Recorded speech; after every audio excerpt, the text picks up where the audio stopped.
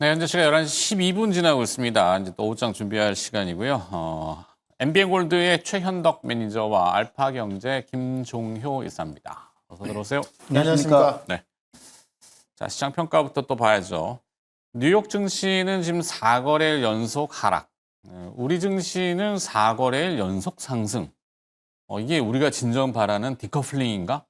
우리 입장에서 보면은 주가 올라가는 거에 뭐라 하는 거 안 좋죠. 올라가면 좋죠. 근데 무엇으로 묵직하게 올라가는 것 같지는 않고 누가 이걸 끌어올리고 있는가라는 부분도 좀 궁금증이 있고 많이 팔지 않는 공백 상태에서 조금 사가지고 올리는 건가? 판단 내리기가 어렵습니다. 김종현 의사부터.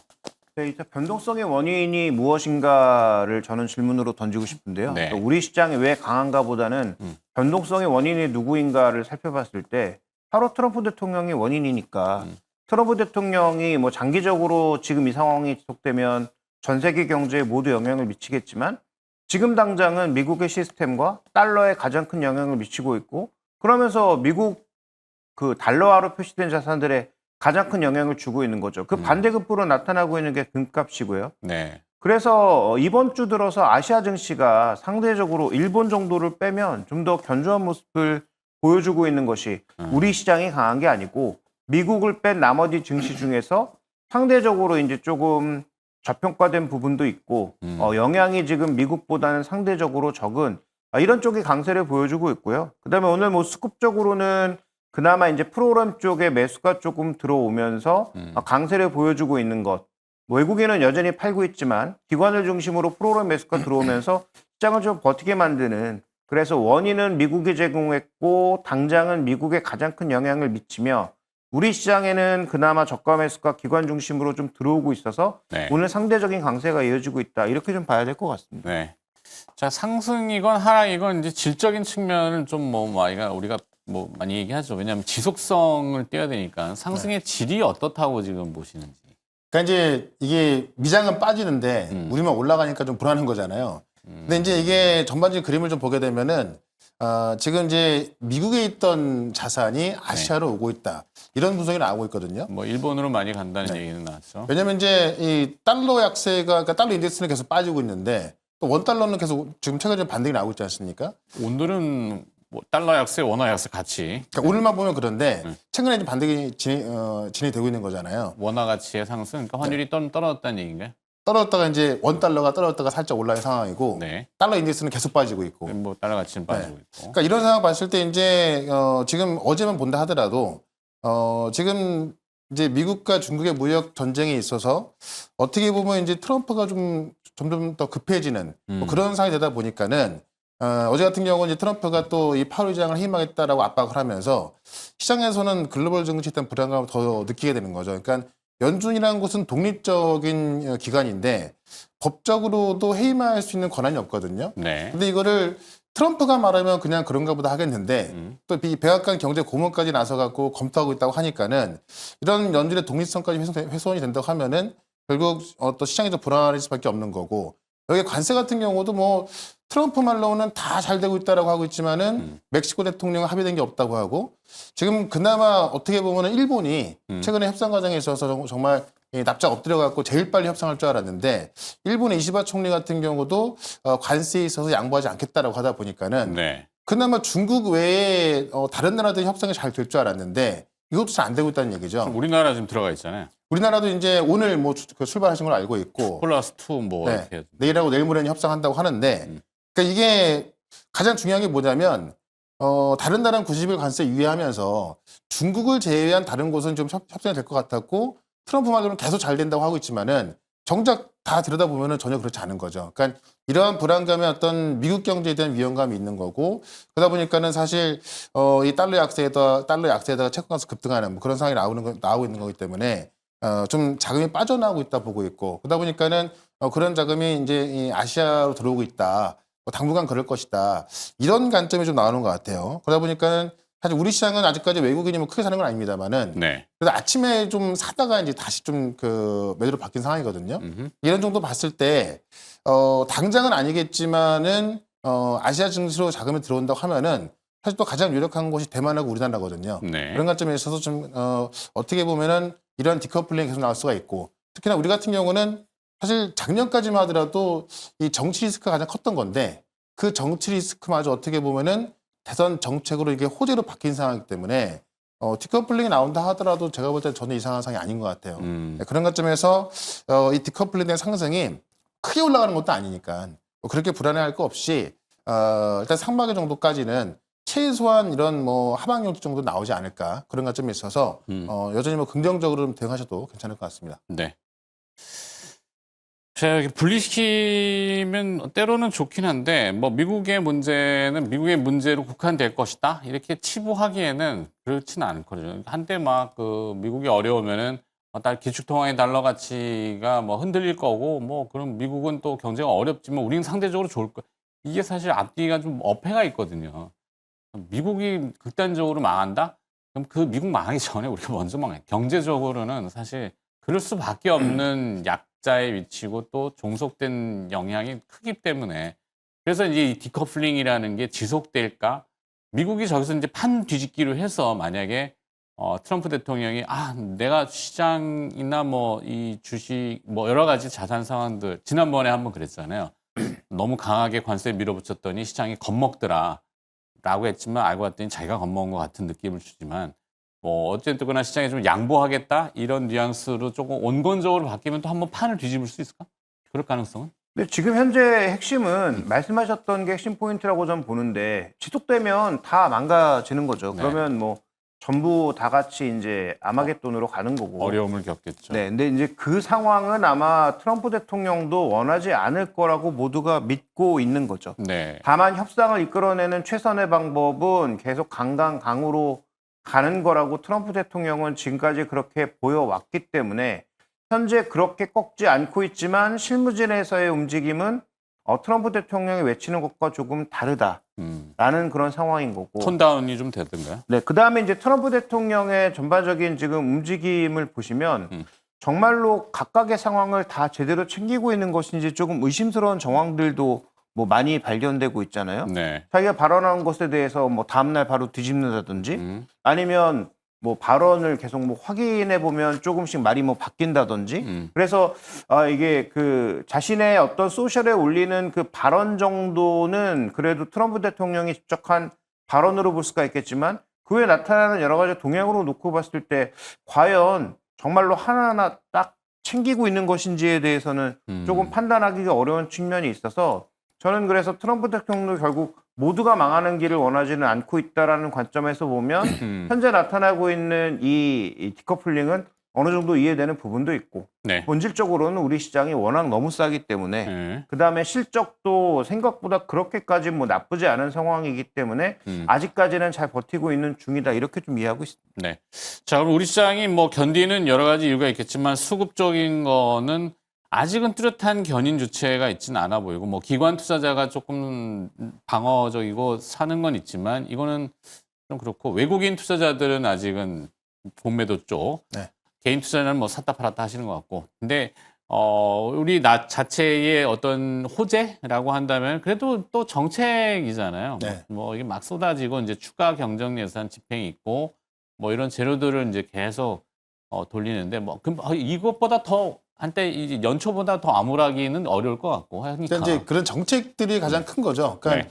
어떻게 보면은 작년까지만 하더라도 그런 게 낙제였던 건데 그런 게 이제 어떤 정책들이 쏟아지면서 이제 없던 컨트롤타가 생긴 거니까 네. 그런 것들을 좀 정리도 해줄 수 있고 지원도 해줄 수 있고 그동안 그런 게 없었다고 한다면은 좀 지원을 해줄 수 있는 주체가 생긴 것이고 어떻게 보면 또 어떤 그런 지지율에 따라서 그런 정책이 더 강해질 수밖에 없기 때문에 그런 관점에서 아마 우리는 물론 이 어떤 관세로 인한 부분에 있어서 변동이 생기겠지만은 그래도 뭐 미국보다는 당분간은 좀 더 낫지 않을까 뭐 그런 움직임이 좀 나아지고 있다고 좀 보시면 될 것 같습니다. 네, 정책 중에 오늘은 또 뭐 여러 가지 앞에 또 다루긴 했습니다만 뭐가 또 눈에 띄던가요? 오늘 네이버하고 카카오가 조금 그래도 좀 뭐랄까요?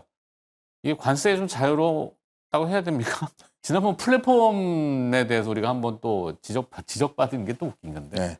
뭐, 그러니까 오늘 올라오고 있어가지고 네이버 카카오가 네. 좀 들여다볼 필요가 있을 것 같긴 한데 저도 이제 여러 부분을 좀 찾아봤는데 뭐 특별하게 나온 건 없는 것 같고 네이버 같은 경우는 이제 그 네이버 플러스가 생각보다 좀 지지부진하면서 많이 빠졌던 건데 네. 지금 최근에 나온 거 보니까는 이제 그 수수료를 좀 올린다 그래서 수수료 올리게 되면은 좀 실적이 좋아질 것이다. 이런 분석이 좀 나오는 것 같더라고요. 카카오 같은 경우는 그러니까 사실 네이버나 카카오 같은 경우는 상승할 수 모멘텀이 나오려고 하면은 이 AI 쪽에서 부각이 돼야 되는 건데 그런 부분도 최근에 지금 대선 정책 때문에 AI 관련주들이 많이 올랐잖아요. 소프트웨어도 마찬가지고. 네. 그런 관점에서 이제 사실 AI 소프트웨어 쪽을 좀 대표할 수 있는 뭐 네이버나 카카오가 올라가는 것 같기도 하고 그런 관점에서 좀 올라가고 있긴 한데요. 저는 지난번에도 이제 우리가 어떤 AI를 봤을 때 물론 이제 이 글로벌에서 빅테크 말고는 우리 쪽에서는 네이버나 카카오밖에 없습니다만은 그쪽에서 어떤 뭐 특별한 성적이 나오고 있는 건 아니거든요. 네. 그러다 보니까는 지금 현 대선 주자들의 AI 정책이 뭐 그런 그 정책에 대한 수급이 네이버나 카카오로 가기보다는 오히려 이제 관련 뭐 소프트웨어 쪽이라든가 아니면 이제 새롭게 부각될 수 있는 의료 AI 뭐 이런 쪽으로 가고 있는 거고 오늘 같은 경우도 이제 결국 또 AI로 인해서 신재생 에너지가 부각이 됐고 이 신재생 에너지를 또 직접 언급하면서 이 탄소 포집 관련주들이 급등했고 거기서 또 이제 어떤 그 풍력 정책이 나오다 보니까 풍력 관련주 급등했고 네. 그러니까 이런 식으로 어떻게 보면은 어떤 대선 정책에 따라서 종목들이 급등하고 있는 건데 저는 이게 그렇게 뭐 나쁘다고 보진 않거든요. 네. 왜냐하면 신재생 같은 경우도 당내 실적이 안 좋다 보니까는 계속 이렇게 눌리고 있던 건데 이제 그런 부분들을 본격적으로 좀 지원을 해주겠다고 하니 네. 올라가는 부분도 있고 원전 같은 경우도 과거 정부에서는 어떻게 해야 될지 모르겠지만은 이제 새로 좀 들어올 것으로 예상되는 그 정권에서 또 새로운 원전을 또 민다고 하니 그런 부분도 부각이 되고 있고 근데 아직까지 구체화되지 않은 것들이 많은데 오히려 그런 종목들이 구체화되면서 급등할 가능성이 있거든요. 그러니까 이 탄소 포집 같은 경우도 오늘 약간 구체화된 게 속보로 뜨면서 이제 많은 종목들이 상한가 들어간 건데 네. 아마 그런 내용들이 이제 계속 많이 나올 것 같습니다. 그래서 아직 구체화되지 않은 게 이제 뭐 휴머노이드 로봇이라든가 아니면 지금 오늘 저출산 관련주 올라가고 있지만은 저출산 관련 정책도 아직 나오지 않은 상황이거든요. 네. 지금 트럼프 행정부에서 나와가지고 올라가고 있는 거고 그다음에 지금 의료 AI 쪽도 아직 안 나왔고 안 나오니까 구체화되지 않은 정책이 몇 개 있습니다. 뭐 일자리라든가 이런 것도 아직 언급이 안 됐고 그런 면에 있어서 이쪽은 이제 구체화된 정책들이 나올 수밖에 없기 때문에 저는 그런 정책들 쪽에서 미리 준비하는 것도 그러니까 앞으로 한두 달 정도만 봤을 때는 그런 테마주도 굉장히 좋을 것이다. 이렇게 좀 말씀을 드려보겠습니다. 네. 그러나 정부가 만능 해결사는 아니죠. 이제 차기 정권이 고가 열쇠를 받아보면 아마 깜짝 놀랄 수도 있어요. 네. 고가 뭐 했니? 열쇠만 있구나. 막 이렇게 있잖아요. 지금 트럼프 대통령도 사실 저 난처한 상황이 정권을 다시 재탈환 했지만 뭔가 하려고 그러는데 돈이 없잖아요. 그러다 보니까 일단은 적자를 줄여야 되니까 관세를 덤핑으로 넘겼다가 되맞았고 그다음에 지금 또 내부에서 뭘 하려고 하니까 또 안 되고 남의 얘기만은 분명히 아닐 거라는 거죠. 그러니까 지금 막 정책들이 쏟아지고 막 비전 제시하고 뭐 또 뭐 민간 참여를 유도하고는 좋은데 실제 이게 순환이 안 될 경우에 그 후유증 와 담아줄 수 있어서 그죠? 그러니까 이제 정책주라고 하는 것은 이렇게 대선에 바람이 불 때 원래 같이 불었다가 또 대선이 막상 끝나고 말씀하셨다시피 정책을 출범할 때가 되면 뭐 정부가 재작년부터 세수 부족으로 50조, 뭐 80조씩 그렇죠. 펑크 나는 것은 이미 다 알려진 사실이니까. 네. 그래서 그런 부분들을 메꾸기 위해서는 세수를 어떻게 메꿔야 될까? 예산을 또 어떻게 또 수정해야 될까? 추경은 어디서 조달할까? 채권 올해 200조 발행해야 되는데 그거 70조 사줄 채권 펀드는 안 들어오는데 그건 또 어떻게 메꿔야 될까? 그렇죠. 굉장히 이제 복잡한 그림이 있죠. 근데 네. 뭐 그걸 생각하면 주식시장에 뭐 투자할 게 아무것도 없지만 어쨌든 지금은 이 발표되는 정책만으로도 종목군들은 활성화되는 거고 오늘 저는 네이버 카카오의 상승을 어디서 찾고 있냐면 외국인들이 사고 있는 업종들을 보시면 답이 나오지 않을까. 업종으로. 네, 오늘 지금 관세에서 좀 자유로운 것들만 사고 있지 않습니까? 조선업 사고요. 네. 그러니까 조선업은 지금 내일 모레 있을 그 회담에도 의제로 올라가 있는 부분 아니겠습니까? 그래서 미국하고 지금 통상 협상하는 그렇죠. 것들. 그러니까 유일하게 우리가 미국에게 뭔가를 요구할 수 있는 부분이니까 네. 오늘 외국인들 조선주 사고 있고요, 금융 사고 있고요, 그 다음에 보험 사고 있고요, 통신 사고 있고요, KTNG 사고 있고요, 한국전력 사고 있습니다. 오늘 종목들을 사고 있는데 안전주만 사고 있어요, 외국인들은. 반대로 이제 좀 여러 가지 이제 정책 변동성이 열려 있는 그런 경기 민감주들에 대해서는 뭐 다 파는 건 아니지만 일정 부분 덜어내고 있는 상황이죠. 네. 네이버 카카오도 큰 틀에서 보면 그런 측면에서는 조금 자유롭지 않나 정도로 볼 수가 있겠고 오늘 창구 기준으로 매수 1위가 네이버입니다. 네네네. 그다음에 네이버는 펀더멘탈적으로 봤을 때 조금 개선되고 있는 건 뭐냐면 뭐 최은동 매니저가 여러 번 지적해 주셨지만 이게 뭐 클로버엑스가 독립적인 AI로 큰 영향을 미치진 않을 것 같은데 최근 부족한 버티컬을 채우고 있는 건 굉장히 눈에 띄죠. 네. 대표적으로 기존에 가지고 있던 여러 가지 그 거래 플랫폼 쪽에서 컬리와 협력하고 있지 않습니까?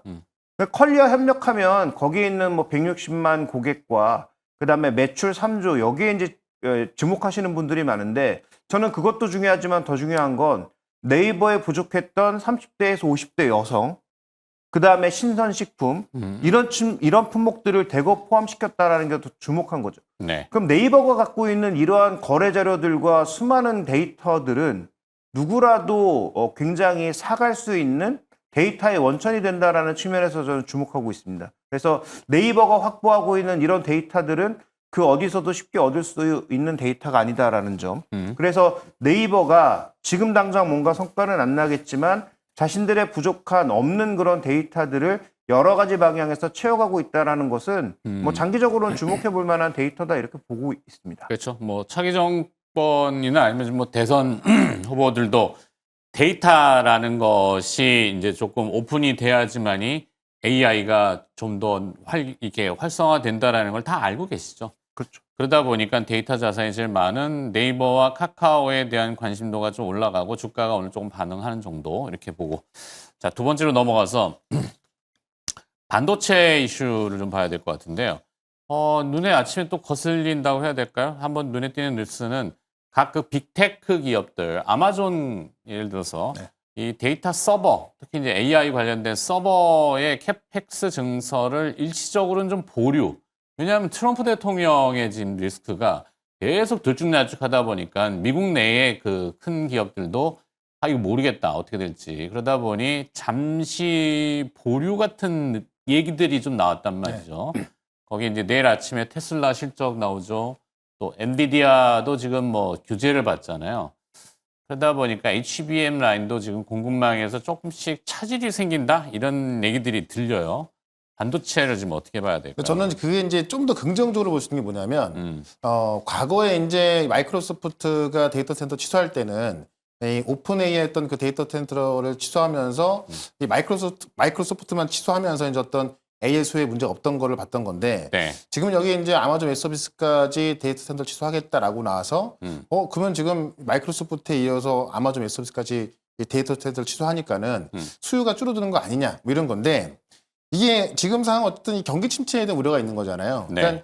그러니까 어떤 경기는 좋은데 AI에 대한 수요가 이제 과거만큼 좀 줄어들면서 아니면 성장이 안 되면서 이 데이터 센터의 어떤 계획을 취소한다 그러면은 상당히 큰 문제가 될 것 같은데 지금은 이제 이 데이터 센터 건설 또는 뭐 사용까지도 지금 관세에 대한 부분이 다 지금 어떻게 보면은 우려가 다 들어가고 있는 거죠. 결국 관세에 대한 부분 때문에 경기 침체 우려감이 있던 거고 그것 때문에 이제 어떤 그 아마존 웹 서비스의 어떤 데이터 센터 그 지연 취소 얘기 나왔고 취소는 아닌 것 같아요. 네. 취소는 완전히 일시 다 중단. 그렇죠. 네, 일시 중단. 완전히 다 캔슬해가지고 네. 없던 일로 합시다가 취소하고 이제 일시 중단이나 유보나 약간 이게 막 속도를 내서 빨리 했던 것만 조금 지금은 좀. 근데 지금 이 업계에서는 뭐냐면 워낙에 지금 AI 같은 경우는 뭐 지금도 시작이라 할 정도로 막 크고 있는 건데 그렇죠. 수요는 계속 네, 많죠. 일시 중단한 것만으로도 정말 큰 타격이 좀 있을 수 있는 그런 상황이라서 근데 이제 그 아마존 웹서비스의 글로벌 센터장이 또 인터뷰가 바로 나왔는데 그걸 보게 되면은 일상적인 캐파 관리일 뿐이다라고 해서 이제 약간 좀 뭐 좀 그 여론을 좀 잠재우려고 노력을 한 것 같은데 어쨌든 이런 것들은 제가 볼 때는 경기 침체의 부분 때문에 조정하는 부분이라서 역시나 이 관세에 대한 부분 결국 4월달 데이터부터는 우리가 경기 지표가 다 절벽으로 갈 수밖에 없거든요. 왜냐하면 4월부터 관세가 시작되면서 중국 같은 경우도 완전 이제 뭐 그 교육이 거의 중단된 상황이기 때문에 4월 데이터부터 꺾일 것이고 그렇게 되면은 아마 경기 침체에 대한 우려가 더 커지겠죠. 그런 관점에 있어서 이 아마존 웹서비스 같은 경우도 좀 선제적으로 조장으로 보여지기 때문에 결국은 모든 게 다 뭐 관세로 연결된다. 그래서 협상만 잘 되면 될 것 같은데 그것 자체가 뭐 당장 될 것 같지는 않기 때문에 네. 그런 우려감은 계속 있을 것이고 그러니까 이게 제 생각에는 뭐 한두 달은 계속 이어질 것 같아요. 그러다 보니까는 우리만의 어떤 한국의 모멘텀이 지금 뭐 대선 정책이기 때문에 아마 그쪽의 종목들만 움직일 것이다. 네, 이렇게 계속 말씀드리는 이유입니다. 네. 김종인 기자가 보시기에는 어떨까요? 반도체 지금 뭐 아주 큰 틀에 무슨 이슈가 등장한 건 없는데 이제 기업 실적들이 이제 곧 나오잖아요. 1분기 실적이 나쁠 거라고 보지는 않더라고요. 대부분 이제 선구매 효과가 좀 있을 것 같다 이런 생각들인데 그다음에 이제 포워드 미래 또 비전 제시할 때 가이던스는 어떻게 잡힐 것인지. 뭐 네, 이런 것들이. 아무래도 2분기에는 뭐 불확실성이 커지고 있는 구간이니까 90일 유예 기간을 줬는데 90일 다 기다리기보다는 뭐 중간에 결정되는 국가도 있고 산업도 있고 뭐 그렇게 되겠죠. 네. 뭐 그러면서 아무래도 이제 그 회사, 뭐 빅테크, M7을 포함한 이런 기업들도 전부 이런 재료를 좀 기다리는 것. 그래서 아까 이제 일시정지라는 표현을 써주셨는데 저도 이제 그 포즈라는 표현이 가장 적절하지 않을까. 그래서 일단 2분기는 한번 좀 기다려보자. 그 다음에 두세 달 정도는 견딜 수 있는 재고는 아마 대부분의 기업에서 확보한 걸로 보입니다. 네. 그러니까 두세 달 정도는 급하게 무언가를 당기고 밀지 않아도 어느 정도 산업에 돌아가는 걸 버틸 수 있는 그런 여력들은 다 확보된 상황이니까 그러면 트럼프 대통령이 얘기했던 그 90일 기간 정도는 아마 조금 지켜보면서 결과를 기다리는 정도. 그다음에 제가 보기에도 트럼프 대통령이 기다릴 수 있는 최대 한계도 그 정도라고 보고 있기 때문에 그 구간 안에서는 여러 가지 지표들 당연히 꺾일 수밖에 없고요. 이미 4월 달 20일까지 발표된 수출 지표 우리도 미국 수출이 뭐 10몇 %가 꺾이지 않았습니까? 좀 줄었죠. 아마 5월 달에도 뭐 비슷한 양상이 나타날 걸로 보이기 때문에 그런 정도의 충격은 받을 수밖에 없는데 여러 번 언급드렸지만 미국이 줄면 중국이 늘고 중국을 제재해서 중국이 줄면 미국이 늘어납니다. 그러니까 네. 이 그 반도체에 대해서는 저는 추호의 의심의 여지도 없고요. 다만 뭐 중국군들이 안 가고 있는 것은 지금 그런 불확실성을 둘러싸고 뭐 미국 종목은 더 많이 빠지지만 국내 기업들도 외국인 매도가 여전히 나오고 있으니까 종목들이 뭐 격하게 움직이기에는 뭐 제한적인 상황이기는 한데 이쪽은 여러 번 언급드렸지만 서로 사가려고 난리인 그런 상황이니까 아마도 물건이 나오면 어디에서든지 사갈 가능성이 높아서 저는 뭐 걱정의 여지는 전혀 없다 이렇게 보고 있습니다. 좋습니다. 반도체는 그렇다 치고.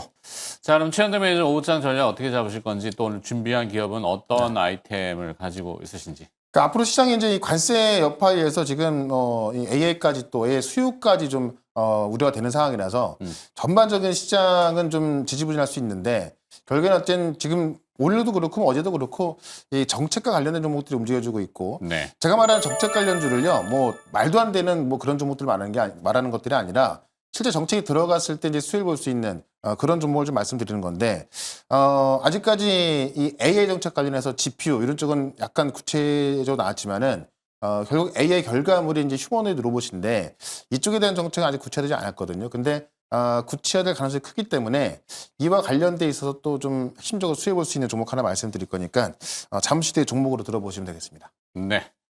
최현대 매니저의 기업은 잠시 후에 또 들어보도록 하겠고요. 오늘 전략 고맙습니다. 내일 또 뵐게요. 네, 고맙습니다.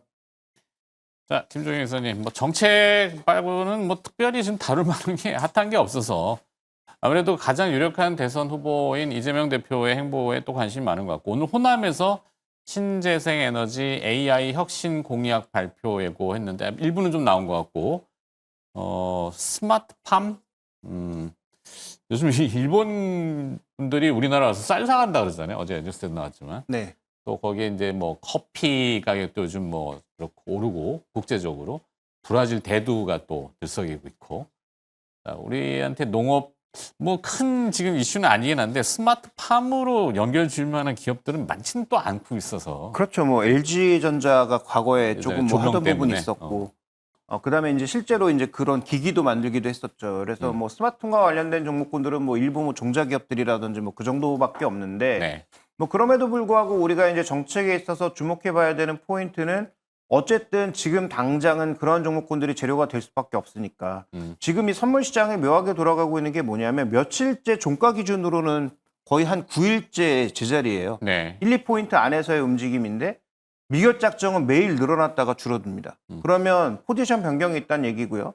연초부터 6만 계약 이상 매도했던 외국인들이 현물 쪽에서는 아직 움직임이 없지만 선물 쪽에서는 꾸준하게 매도 포지션을 줄여내는 그런 장중 포지션 중첩이 나타나고 있는 걸 봤을 때 아마도 뭐 다음 주나 늦어도 2주 정도 후에는 변동성이 나타날 가능성이 높다라는 차원에서 어느 정도의 대비는 필요하고 그러면 그 이전에 지금처럼 지수가 닫힌 구간에 있을 때는 결국은 뭐 정책주를 일부 따라가는 것도 하나의 방법이고요. 네. 그다음에 지금 미국 대비해서 잘 버티고 있는 국내 증시가 저는 여전히 기회가 있다라고 보고 있기 때문에 뭐 좋은 종목이라면 좋은 가격이라면 여전히 좀 매수해야 되는 그런 상황이 있다 이렇게 보고 있습니다. 알겠습니다. 고삐를 늦추지 말자 이렇게 정리하겠습니다. 오보장 디펜스였고요. 알파경제의 김종효 이사였습니다. 고맙습니다.